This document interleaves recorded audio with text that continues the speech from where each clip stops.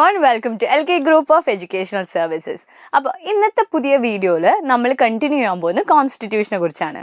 കോൺസ്റ്റിറ്റ്യൂഷനെ നമ്മൾ already കോൺസ്റ്റിറ്റ്യൂഷൻ്റെ very important പാർട്ടായിട്ടുള്ള പ്രിയാമ്പിളിനെ കുറിച്ച് already ഒരു ക്ലാസ് നമ്മൾ അറ്റൻഡ് ചെയ്തു. ഇനി നമ്മൾ ഇന്നത്തെ ക്ലാസ് കാണാൻ പോകുന്നത് കോൺസ്റ്റിറ്റ്യൂഷനിലെ ഇമ്പോർട്ടൻറ്റ് ഫാക്ട്സിനെ കുറിച്ചാണ്. നമുക്കൊക്കെ കോൺസ്റ്റിറ്റ്യൂഷൻ എന്ന് പറഞ്ഞ ഒരു എലമെന്റിനെ കുറിച്ച് അറിയാം. കോൺസ്റ്റിറ്റ്യൂഷൻ എന്ന് പറയുന്ന ഒരു സുപ്രീം പവറിനെ കുറിച്ച് അറിയാം. അതൊരു ലോങ്സ്റ്റ് റിട്ടൺ കോൺസ്റ്റിറ്റ്യൂഷൻ ആണെന്ന് അറിയാം. പക്ഷെ അതിനുപരി നമുക്ക് കുറേ കാര്യങ്ങൾ കോൺസ്റ്റിറ്റ്യൂഷനെ കുറിച്ച് അറിയാനുണ്ട്. അതാണ് നമ്മൾ ഇന്നത്തെ ക്ലാസ്സിൽ ഡിസ്കസ് ചെയ്യാൻ പോകുന്നത്. നമുക്ക് നോക്കാം. Indian constitution and it's relative factor. അപ്പോൾ ഇന്ത്യൻ കോൺസ്റ്റിറ്റ്യൂഷനിൽ നമ്മൾ അറിഞ്ഞിരിക്കേണ്ട ചില റിലേറ്റീവ് ഫാക്ട്സിനെ കുറിച്ചാണ് ഇപ്പൊ നമ്മൾ നോക്കുന്നത്. The Indian constitution is the supreme law of India or supreme law of land. Indian constitution എന്ന് പറയുന്നതാണ് ഏറ്റവും ഹയസ്റ്റ് അല്ലെങ്കിൽ ഏറ്റവും സുപ്രീം പവർ അല്ലെങ്കിൽ സുപ്രീം ലോ എന്ന് പറയുന്നത്. ഇന്ത്യയിലെ supreme law of nation or supreme law of land or supreme law of India is Indian constitution. It was adopted by the Constituent Assembly on November 26, 1949. അത് നമ്മൾ പ്രിയാമ്പിളിന്റെ ക്ലാസ്സിൽ already ഒന്ന് കേട്ടതാണ്. അതായത് നമ്മുടെ ഇന്ത്യൻ കോൺസ്റ്റിറ്റ്യൂഷൻ എന്ന് പറയുന്നത് എവിടെയാണ് അഡോപ്റ്റ് ചെയ്തത്? During the constituent assembly. എന്നായിരുന്നു അത്? November 26, 1949. And came into effect on January 26, 1950. നമുക്കത് റിപ്പബ്ലിക് ഡേ ആയിട്ട് കണക്ട് ചെയ്താൽ മതി, നമുക്ക് മനസ്സിലാവും. ആ ഡേറ്റ് നമ്മൾ മറക്കേണ്ട ആവശ്യമില്ല. കാരണം അന്നാണ് നമ്മുടെ കോൺസ്റ്റിറ്റ്യൂഷൻ എൻഫോഴ്സ് വന്നത് അല്ലെങ്കിൽ എഫക്റ്റിൽ വന്നത്. ഈ രണ്ട് വേർഡും ഭയങ്കര ഇമ്പോർട്ടൻ്റ് ആണ്. അതായത് അഡോപ്റ്റും എൻഫോഴ്സും അല്ലെങ്കിൽ എഫക്റ്റും. അഡോപ്റ്റ് എന്ന് പറയുന്നത് എന്ന് കൊണ്ടുവന്നു എന്നുള്ളതാണ്, അതായത് എന്നാണ് അവതരിപ്പിച്ചത് എന്നുള്ളതാണ്. അതേപോലെ എഫക്റ്റ് എന്ന് പറയുന്നത് എന്നിൽ പ്രാബല്യത്തിൽ വന്നു എന്നുള്ളതാണ്. നമുക്കിപ്പോൾ അറിയാം, നമ്മുടെ IPC, CRPC, ഇന്ത്യൻ എവിഡൻസിങ്ങിൻ്റെ നിയമങ്ങളൊക്കെ മാറ്റുകയാണ്. അപ്പോൾ അതിന് മുന്നേ ബില്ലൊക്കെ അവതരിപ്പിക്കും, അത് എന്നിട്ട് അംഗീകരിക്കും. അപ്പോൾ അംഗീകരിച്ച ദിവസമായിരിക്കും അഡോപ്ഷൻ.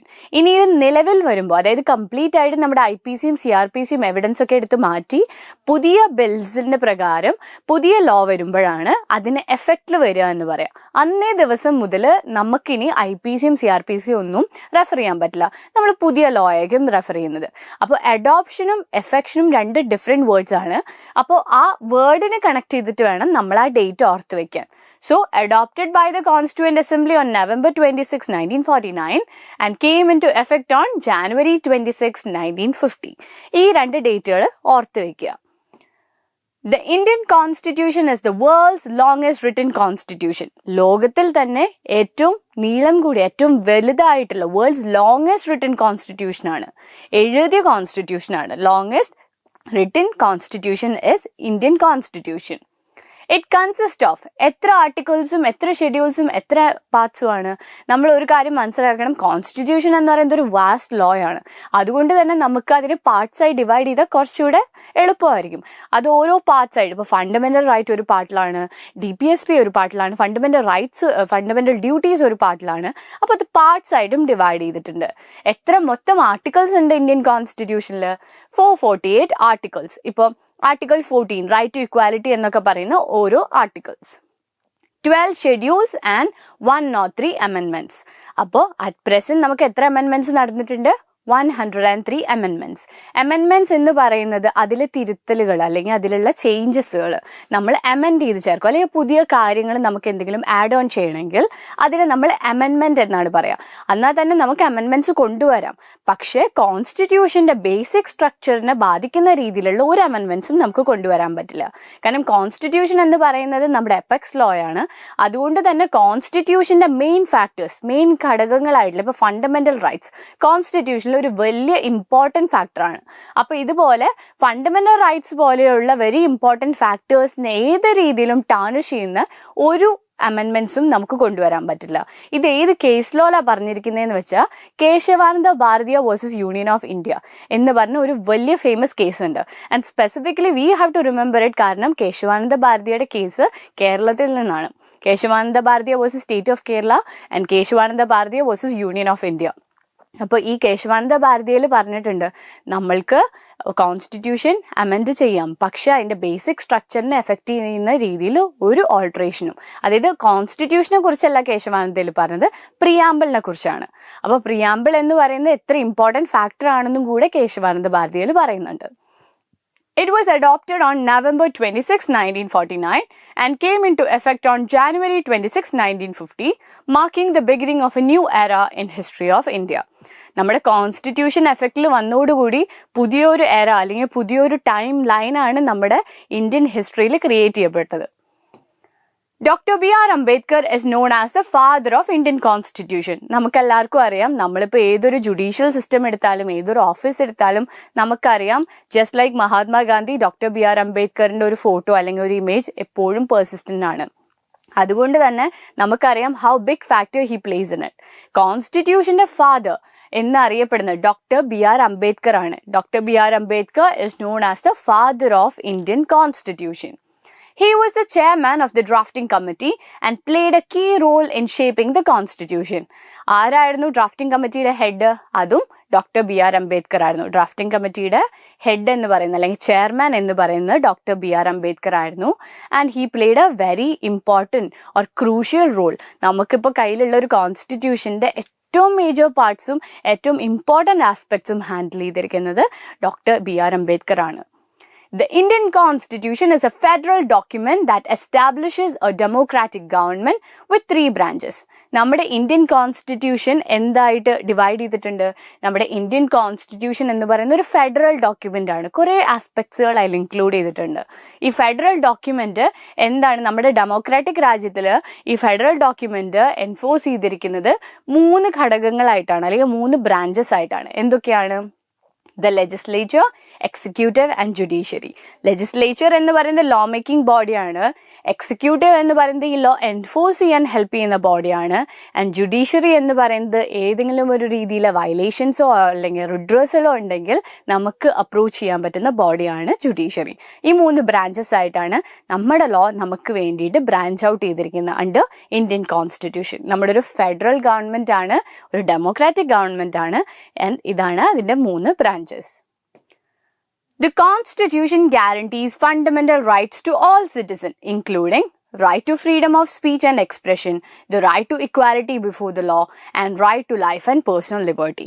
ഇത് മാത്രമാണോ നമ്മുടെ ഫണ്ടമെന്റൽ റൈറ്റ്സ്? അല്ല, നമുക്ക് വേറെ കുറേ ഫണ്ടമെന്റൽ റൈറ്റ്സ് ഉണ്ട്. പക്ഷെ ഒരു മനുഷ്യനെ സംബന്ധിച്ച് ഏറ്റവും ഇമ്പോർട്ടൻ്റ് ആയിട്ടുള്ള ഫാക്ടേഴ്സ് ആണ് എന്തൊക്കെ? ഒരാൾക്ക് ഫ്രീഡം ഓഫ് സ്പീച്ച്, എന്തൊരു കാര്യവും പറയാനുള്ള right, freedom of speech and expression. ഇപ്പോൾ നമ്മൾ മീഡിയ പോലെയുള്ള ഫോഴ്സുകൾക്ക് ഏറ്റവും പ്രോമിനൻ്റ് ആയി നിൽക്കുന്ന ഒരു ഫ്രീഡം ആണിത്, freedom of speech and expression. അതേപോലെ തന്നെ right to equality before law, നിയമത്തിൻ്റെ മുന്നിൽ അല്ലെങ്കിൽ ലോയിൻ്റെ മുൻപിൽ എല്ലാവരും തുല്യരാണ്, right to equality before law. And the right to life and personal liberty, ഒരു ആൾക്ക് ജീവിക്കാനുള്ള, അതും നല്ല രീതിയിൽ വിത്ത് എ പ്രോപ്പർ ലൈവ്ലിഹുഡ്, എല്ലാം കൊണ്ടും റൈറ്റ് ടു ലൈഫ് എന്ന് പറയുന്നത് ഒരാൾക്ക് ഒരു സൊസൈറ്റിയിൽ, അതായത് ജസ്റ്റ് അയാളുടെ ഒരു ജനനോ അല്ലെങ്കിൽ അയാൾ ജീവിച്ചു കളയുന്ന വർഷങ്ങളോ അല്ല. റൈറ്റ് ടു ലൈഫ് എന്ന് പറയുമ്പോൾ ഒരു ഡീസൻ്റ് ആയിട്ടുള്ള, ഒരു മോറലി അതേപോലെ എത്തിക്കലി എല്ലാം കൊണ്ട് സൊസൈറ്റിയിൽ ഒരു പ്രോപ്പർ ലൈഫ് ജീവിക്കാൻ പറ്റുന്നതാണ് right to life. And personal liberty, നമുക്ക് എന്തിനോടും ചെയ്യാൻ വേണ്ടി ഒരു ലിബർട്ടി നമ്മുടെ ലോ നമുക്ക് പ്രൊവൈഡ് ചെയ്യുന്നുണ്ട്. ഇതിനൊക്കെ കണക്റ്റഡ് ആയിട്ട് കുറേ കേസ് ലോസ് ഉണ്ട് ഈ ഓരോ ടേംസിനെ എക്സ്പ്ലെയിൻ ചെയ്യുന്ന, അല്ലെങ്കിൽ ഈ ടേംസ് അല്ലെങ്കിൽ കോൺസ്റ്റിറ്റ്യൂഷനിൽ പറഞ്ഞിരിക്കുന്ന ഈ ടേംസിന് വയലേഷൻസ് വന്നപ്പോൾ ഇത് കുറച്ചുകൂടെ ഇൻ്റർപ്രറ്റ് ചെയ്ത് നമ്മളിലേക്ക് കൺവേ ചെയ്യാൻ വേണ്ടി നമ്മുടെ ജുഡീഷ്യറി നമുക്ക് കുറേ കേസ് ലോസ് പ്രൊവൈഡ് ചെയ്തിട്ടുണ്ട്. Maneka Gandhi versus union of India, Aruna Shanbaug versus union of India, ഈ കേസ് ലോസ് ഒക്കെ ഈ പറഞ്ഞ ഫാക്ടേഴ്സിലൊക്കെ ഇമ്പോർട്ടൻറ്റ് റോൾ കളിച്ചിട്ടുണ്ട്. The Constitution provides for a parliamentary form of government with the Prime Minister as the head of the government and the President as the head of the state. നമ്മുടെ constitution നമുക്ക് എന്ത് provide ചെയ്യുന്നുണ്ട്? ഒരു parliamentary ഫോമാണ് provide ചെയ്യുന്നത്. അതിൽ നമുക്ക് 2 branches ഉണ്ട്. സ്റ്റേറ്റിന്റെ ഹെഡായിട്ട് ആരാണ് അവിടെ ഉള്ളത്? ഒരു പ്രസിഡന്റ് നമുക്കുണ്ട്. And president is the head of the state. പിന്നെ നമുക്ക് ആരുണ്ട്? പ്രൈം മിനിസ്റ്റർ ഉണ്ട്. പ്രൈം മിനിസ്റ്റർ ആരുടെ റെപ്രസെൻറ്റേറ്റീവ് ആണ്? നമ്മുടെ റെപ്രസെൻറ്റേറ്റീവ് ആണ്. നമ്മൾ എലക്ട് ചെയ്ത് വിടുന്ന ആൾക്കാർ റൈറ്റ് പേഴ്സണെ അവരുടെ ഇതിൽ നിന്ന് ചൂസ് ചെയ്ത് നമ്മളെ ഹെഡാക്കുകയാണ്. അപ്പോൾ നമുക്ക് എങ്ങനെയാണ് അതിന് ഡിവിഷൻ വരുന്നത്? Prime minister as the head of the government and president as the head of the state. ഇങ്ങനെ 2 ഡിവിഷൻസ് ആണ് നമുക്ക് കോൺസ്റ്റിറ്റ്യൂഷനിൽ വരുന്നത്. The Constitution also provides for an independent judiciary with the Supreme Court as the highest court of the land. നമുക്ക് അതേപോലെ തന്നെ നമ്മളിപ്പോൾ ഒരു legislation കണ്ടു, നമ്മുടെ കോൺസ്റ്റിറ്റ്യൂഷൻ നമുക്ക് വേറെ എന്താണ് പ്രൊവൈഡ് ചെയ്യുന്നത്? ഒരു ജുഡീഷ്യൽ സിസ്റ്റം കൊണ്ടുവരുന്നുണ്ട്. ആ ജുഡീഷ്യൽ സിസ്റ്റം എന്ന് പറയുന്നത് ഒരു ഇൻഡിപെൻഡന്റ് ജുഡീഷ്യറി ബോഡിയാണ്. ഈ ഇൻഡിപെൻഡന്റ് ജുഡീഷ്യറി ബോഡിയുടെ ഏറ്റവും എപ്പെക്സ് അല്ലെങ്കിൽ ഏറ്റവും ഹയസ്റ്റ് കോർട്ട് ഏതാണ്? അത് സുപ്രീം കോർട്ടാണ്. Supreme court of India is considered as the apex power or apex or highest court of the land. The Constitution recognizes 22 language as official language of India, with Hindi and English as the official language of the Union. നമുക്ക് national language ഉണ്ടോ എന്ന് ചോദിച്ചാൽ ഇല്ല. കാരണം നമുക്ക് national language എന്ന് പറഞ്ഞാൽ നമുക്ക് ഒരു മെജോറിറ്റി ഇന്ത്യ സ്പീക്ക് ചെയ്യുന്ന ഒരു ലാംഗ്വേജ് എന്ന് പറഞ്ഞ ലാംഗ്വേജ് നമുക്കില്ല. പക്ഷെ നമുക്ക് 2 ഒഫീഷ്യൽ ലാംഗ്വേജസ് ആണുള്ളത്. ഏറ്റവും കോമൺലി യൂസബിൾ ആയിട്ടുള്ള 2 ഒഫീഷ്യൽ ലാംഗ്വേജസ്, ഒന്ന് ഹിന്ദി, വേറൊന്ന് ഇംഗ്ലീഷ്. അല്ലാതെ തന്നെ നമ്മുടെ കോൺസ്റ്റിറ്റ്യൂഷൻ എത്ര ഭാഷകളെ റെക്കഗ്നൈസ് ചെയ്യുന്നുണ്ട്? 22 ഭാഷകളെ നമ്മുടെ കോൺസ്റ്റിറ്റ്യൂഷൻ റെക്കഗ്നൈസ് ചെയ്യുന്നുണ്ട്. ഫസ്റ്റ് അമെൻമെന്റ് of the Indian constitution was on 1951. എന്നാണ് നമ്മുടെ കോൺസ്റ്റിറ്റ്യൂഷൻ ആദ്യമായിട്ട് അമെൻഡ് ചെയ്യപ്പെട്ടത്? നമ്മുടെ കോൺസ്റ്റിറ്റ്യൂഷൻ ആദ്യമായിട്ട് അമെൻഡ് ചെയ്ത വർഷം 1951, 1951. Undertook affirmative action for the advancement of any socially and economically backward classes or categories of scheduled caste and scheduled tribe by restricting the application of fundamental rights. അപ്പോൾ നമുക്ക് എന്താ മനസ്സിലാക്കേണ്ടത്? നമ്മുടെ കോൺസ്റ്റിറ്റ്യൂഷൻ ആദ്യമായിട്ട് amend ചെയ്തത് 1951. ഈ അമെൻമെന്റ് എന്തിനെ കുറിച്ചായിരുന്നു? അതായത് ആ സമയത്ത് നമുക്ക് സോഷ്യലിയും എക്കണോമിക്കലിയും ബാക്ക്വേർഡ് ക്ലാസ്സസിന് നമ്മുടെ ഫണ്ടമെന്റൽ റൈറ്റ്സ് മാറ്റിവെച്ച് എക്കണോമിക്കലി ആൻഡ് സോഷ്യലി ബാക്ക്വേർഡ് ആയിട്ടുള്ള ക്ലാസ്സസിന് categories of scheduled caste, scheduled tribe, അങ്ങനത്തെ കാറ്റഗറീസിന് restricting the application of fundamental റൈറ്റ്സിന്റെ ആപ്ലിക്കേഷൻ മാറ്റി വെച്ച് തന്നെ നമുക്ക് അവർക്ക് വേണ്ടിയിട്ട് അഡീഷണൽ ലോസും പ്രൊവിഷൻസും പ്രൊവൈഡ് ചെയ്യാൻ വേണ്ടിയിട്ട് അതിന്റെ ഇൻക്ലൂഷന് വേണ്ടിയിട്ടായിരുന്നു 1951 first amendment of Indian constitution took place. The Constitution provides for the separation of power between the branches of government, ensuring a system of check and balance. നമ്മുടെ കോൺസ്റ്റിറ്റ്യൂഷൻ നമുക്ക് 3 ബ്രാഞ്ചസ് തന്നിട്ടുണ്ട്. ഈ 3 ബ്രാഞ്ചസിലും ഈക്വലായി balanced ആയിട്ടാണ് power divide ചെയ്ത് കൊടുത്തിരിക്കുന്നത്. എന്തിനാണ്? അപ്പോൾ അവിടെ ഇക്വാലിറ്റി, അതേപോലെ തന്നെ ഗവൺമെന്റിന്റെ പവറിൽ ആരും ഓവർ പവർ ചെയ്യുന്നില്ല, എന്നാൽ തന്നെ ഈക്വലി എല്ലാ ബോഡീസിനും ഈക്വലായി വർക്ക് ചെയ്യാൻ വേണ്ടിയിട്ടാണ് ഈക്വൽ പവർ ഡിവിഷൻ നടക്കുന്നത്. ഒന്നിന്റെ ഹെഡ് അല്ല, 3നും ഈക്വൽ ആയിട്ടുള്ള പവേഴ്സ് ഉണ്ട്. The Constitution has been amended several times to reflect the changing needs of the country. As of September 2023, there have been 106 amendments of the Constitution of India since it was first enacted in 1950. 1950 ആദ്യമായിട്ട് Indian constitution came into force, അല്ലെങ്കിൽ Indian constitution ആദ്യമായിട്ട് നിലവിൽ വന്നപ്പോൾ 1950 ശേഷം എത്ര അമെൻമെന്റ്സ് നടന്നിട്ടുണ്ട്? നമ്മുടെ September 2023 കണക്ക് വരെ, അതായത് സെപ്റ്റംബർ 2023 വരെ നമുക്ക് എത്ര അമെൻമെന്റ്സ് നടന്നിട്ടുണ്ട്? 106 അമെൻമെന്റ്സ് ആണ് നമ്മുടെ ഇന്ത്യൻ കോൺസ്റ്റിറ്റ്യൂഷൻ ഗോ ത്രൂ ചെയ്തിരിക്കുന്നത് up to the date of September 2023. Now, ഇനി നമ്മൾ കുറച്ച് ക്വസ്റ്റ്യൻസ് ഡിസ്കസ് ചെയ്യാം. നമ്മൾ ഇതുവരെ പഠിച്ചിട്ടുള്ള അതായത് നമ്മുടെ കുറച്ച് ഫാക്ട്സ് പഠിച്ചു ഇന്ന് ഇന്ത്യൻ കോൺസ്റ്റിറ്റ്യൂഷനെ കുറിച്ച്. ആ ഫാക്ട്സിനനുബന്ധിച്ചിട്ട് കുറച്ച് ക്വസ്റ്റ്യൻസ് നമുക്ക് ഡിസ്കസ് ചെയ്യാം. First question, the constitution of India came into force from, എന്ന് തൊട്ടാണ് നമ്മുടെ ഇന്ത്യൻ കോൺസ്റ്റിറ്റ്യൂഷൻ ഫോഴ്സിൽ വന്നത്? Options: 15th August 1947, 26th August 1947, 26th Jan 1950, 25th Jan 1855. ഏതാണ് കറക്റ്റ് ആയിട്ടുള്ള ഡേറ്റ്? 26th Jan 1950. ബാക്കി 15th August നമുക്കറിയാം, നമുക്ക് ഇൻഡിപെൻഡൻസ് കിട്ടിയതാണ് ബ്രിട്ടനിൽ നിന്ന്. പക്ഷെ നമ്മുടെ ഇന്ത്യൻ കോൺസ്റ്റിറ്റ്യൂഷൻ എന്നിലാണ് ഫോഴ്സിൽ വന്നത്, അതായത് എഫക്റ്റിൽ വന്നത് 26th Jan 1950 ആണ്. അഡോപ്റ്റ് ചെയ്തതല്ല, ഫോഴ്സിൽ അല്ലെങ്കിൽ എഫക്റ്റിൽ വന്നത്. Indian constitution day celebrated on, എന്നാണ് ഇന്ത്യൻ കോൺസ്റ്റിറ്റ്യൂഷൻ ഡേ സെലിബ്രേറ്റ് ചെയ്യുന്നത്? December 10, January 26, April 22, November 26. ഈ ഡേറ്റ് വരുമ്പോൾ നമുക്ക് നമ്മുടെ അഡോപ്റ്റിംഗ് ഡേറ്റ് എടുക്കാം, അതായത് November 26, 1949.